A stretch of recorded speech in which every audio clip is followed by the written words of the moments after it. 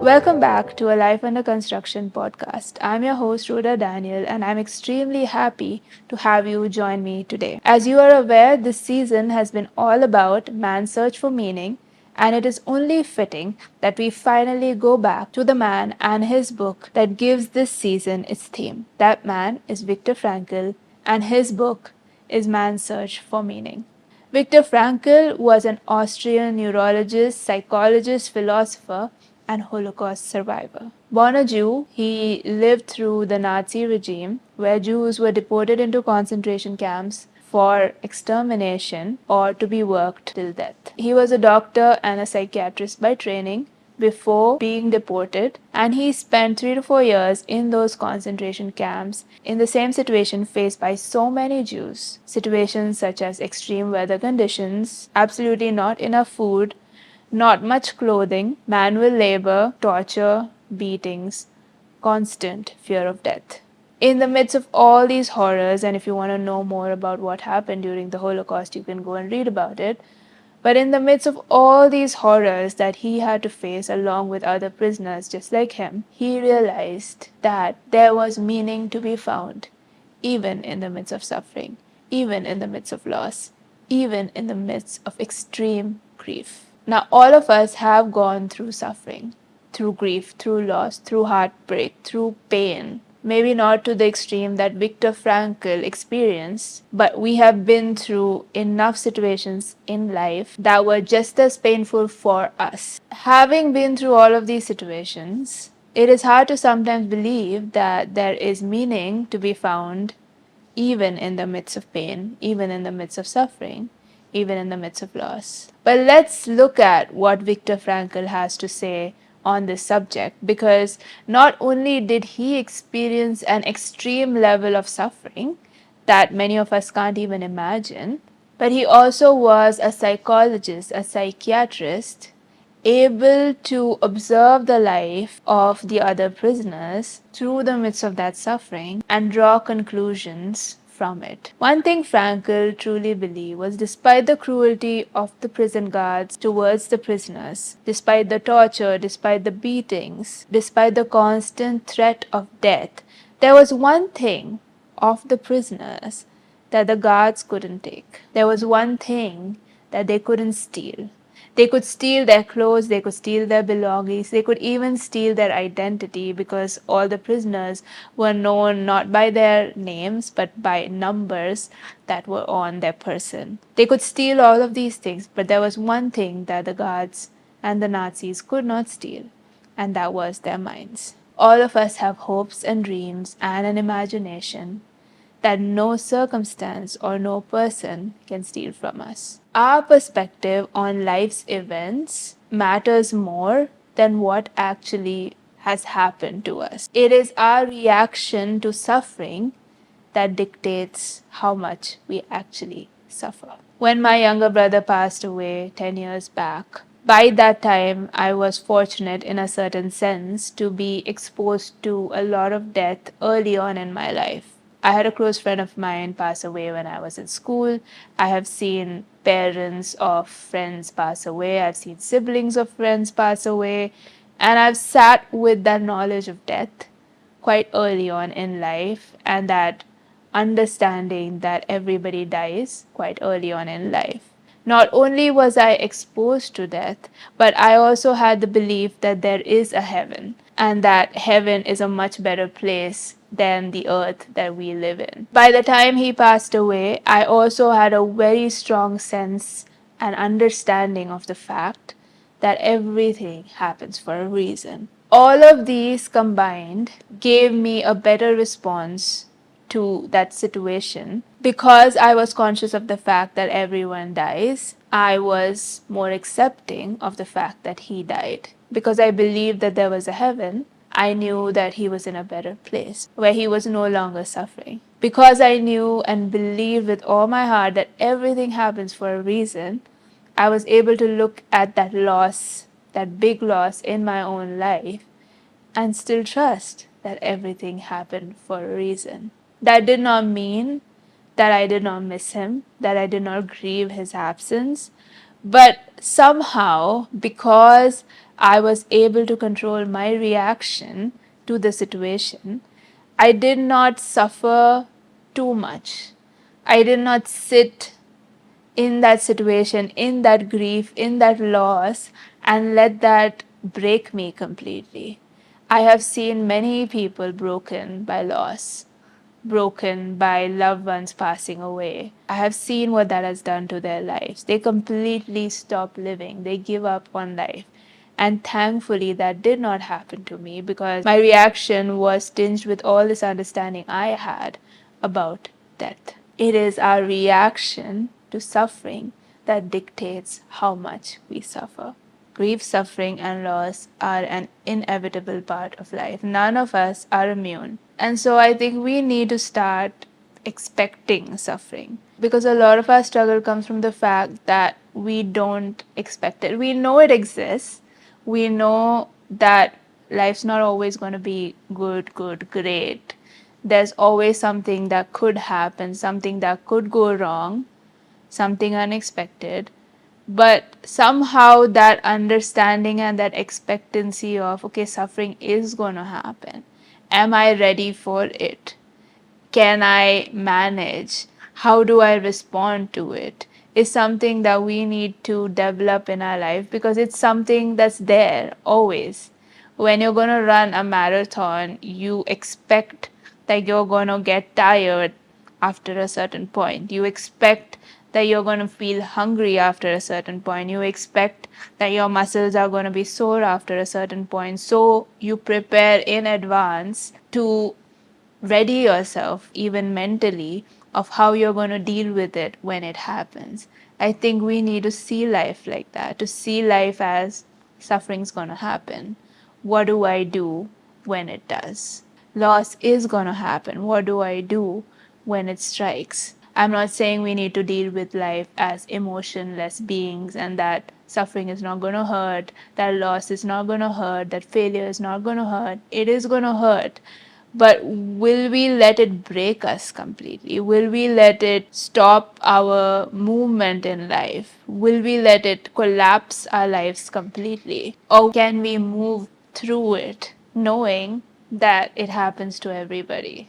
Even death is something that many people don't like to talk about. People will say, why are you being so morbid? It's not good luck to talk about death because if you talk about it, it will happen. But death happens. And I think when we accept the fact that death happens, then we are better prepared for it. It is only when we do not talk about it, we do not think about it, that when it happens, we are suddenly blindsided and we don't know what to do with ourselves. And then our life collapses. So let's start accepting the fact that suffering happens. Death happens, health issues happen, failure happens, heartbreak happens, bad things happen, and they happen to good people and bad people. They happen to everybody. No one is immune. Once we accept that, it's easier to go through it when it happens. One of the things I always tell myself is God does not promise an easy life, but He promises that it will be worth it. And when I constantly tell myself that, I'm always ready for whatever is going to happen because God didn't promise an easy life. God didn't promise that everything is going to be hunky dory. God didn't promise that life is going to be a smooth sailing. Life is going to be hard. There are going to be hard moments. There are going to be hard experiences. Accept it and expect it. Expecting suffering does not mean that suffering becomes easier, but it does mean that you hold on to hope that even though right now life is not easy, one day it will be. Even though right now all you see is darkness, one day there will be light. That is the hope that the Jews held on to even in those concentration camps. And Viktor Frankl talks about one of those days when one prisoner, one inmate, had stolen some potatoes because he was starved. The guards of that camp asked the other prisoners to identify the guilty one, or they had to all fast for the day. All of the prisoners wouldn't get any food. And of course, they all agreed to keep quiet about the identity of the guilty prisoner and fast for the day, which was not easy because they weren't getting enough food anyway. And so on that day, on that evening, after going out, working, coming back, not getting any food, they were all lying on the floor. Tempers were rising, irritation was all around. People were frustrated, hungry, starving, and to make matters worse, the electricity went. There was this prison guard who was a wise and caring man for some reason, and he started talking about all the other comrades, all the other prisoners who had passed away recently, either through sickness or through suicide. But one of the things he believed was the main reason for their deaths was the fact that they had given up hope. Even Viktor Frankl had observed that everyone knew the person who had given up hope because they just suddenly wouldn't get up in the morning. They would just lie there, and everyone knew that the moment that they gave up hope, they were going to die. And that day, that prison guard was trying to get Viktor Frankl to motivate the prisoners to keep going. Because the prison guard knew that if you lost hope, it was over for you. Viktor Frankl knew that if you lost hope, it was over for you. And he kept trying to encourage them, he kept trying to tell them, even in the midst of those horrific circumstances, that there was still hope. There was still some meaning that could be found through their life, through their suffering, and even through their death. Frankl knew that the only explanation for the will to survive that he noted in some prisoners was because they believed that there was a larger meaning to their life. There was something that they were holding on to, whether it was a person or whether it was something that they wanted to do when they got out. There was something that gave them a sense of meaning, and because of that, they had a higher level of desire to live, and because of that, they survived despite the many variables of what could have happened to them. As the German philosopher Friedrich Nietzsche said, "He who has a why to live for can bear almost anyhow." Frankl himself had a why to live for. His why was that just before he was deported, he had written a manuscript. However, when he came to these concentration camps, he lost that manuscript. And so at the back of his mind, he always knew that he wanted to recreate it. He wanted to rewrite that book and give it out in this world. That was his why. And because of that, he had a higher willpower to continue living and a higher ability to withstand any kind of suffering because his mind was his own. So in his mind, he started rewriting the manuscript. He started imagining himself giving lectures in the university. And that imagination, that dream, that goal, that vision for his life kept him going through all the suffering that he had to face. Now, you might be someone who says that I haven't given up hope, I'm still living.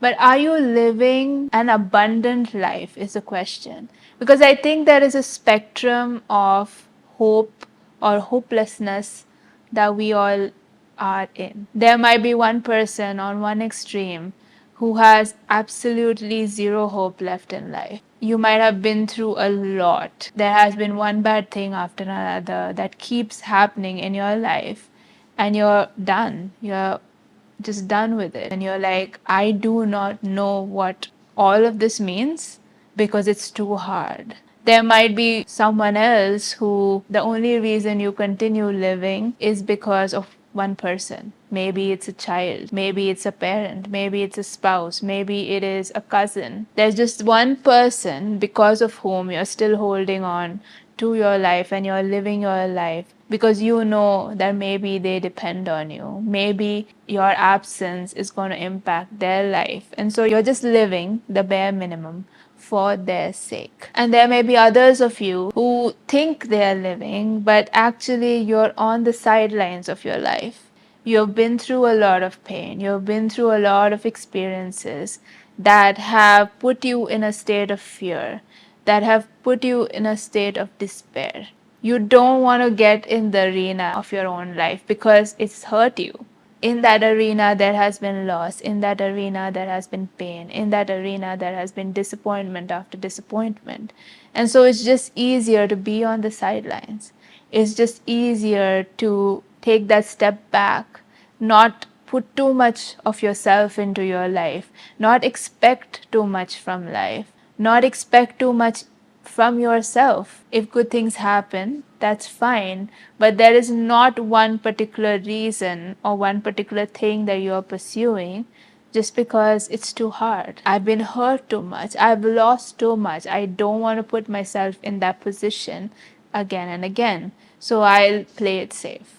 We're all on the spectrum of hope and hopelessness. You know where you stand today. You know exactly what you feel about life. Do you have a belief that life can be good, that life has a meaning and a purpose? Or have you given up on life and said, life's not for me? Life's for all these other people who have it good. But if you look into these people's lives, if you look into the lives of people who you think have it easy, you will notice that they too have been through suffering. They too have gone through pain. They too have faced loss and failure and heartbreak. The only difference is how they have responded to it. Life is a gift.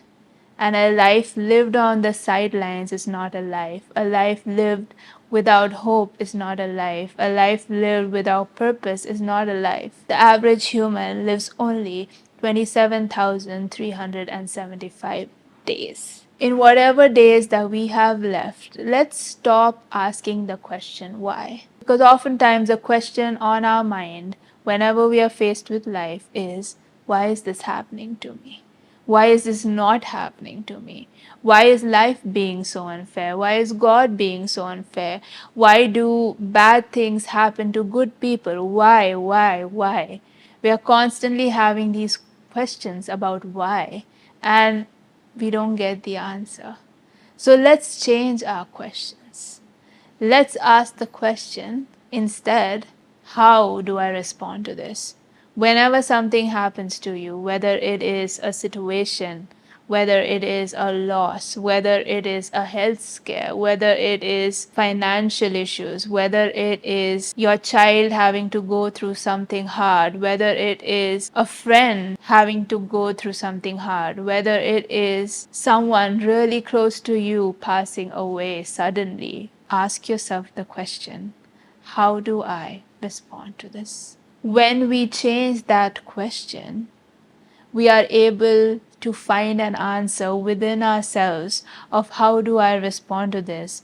Because how you respond to this is something that nothing can take away from you. As I said earlier, it is our reaction to suffering that dictates how much we actually suffer. I've seen this play out even in my own home, where my parents, faced with the birth of a differently abled child, instead of asking the question why did this happen? Why did God permit this? Why us? They asked the question, how do we respond to this? And they chose in their response to still live a joyful life, to still live a content life, to still live a purpose-filled life. Because of that, the 19 and a half years that my brother lived were years of joy, were years of happiness. They were never years where we were suffering. There were never years where he was made to feel that because of him, we were suffering, or because of him, life was harder. Was it harder? Yes. My mother had to take care of him, and those of you who know the story, who have seen the documentary, know that my mom had to feed him 3 to 4 times a day. She had to bathe him, brush his teeth, everything, to carry him from one place to another. If we had to go out, we had to pack his wheelchair up, we had to unpack it, unfold it, put him in there. If there was no ramp or no lift, then we had to carry him. So life was not easy. Having a differently abled child is not easy. But when you ask the question, how do I respond? And when you choose your response, the suffering reduces. The pain that you put yourself through because of how you think about the situation reduces. I have seen that in my life. If my parents could do it, if my family could do it, in his life and in his death, deal with pain and grief and suffering in a way that we wouldn't even call it pain or grief or suffering, then obviously you can do it as well.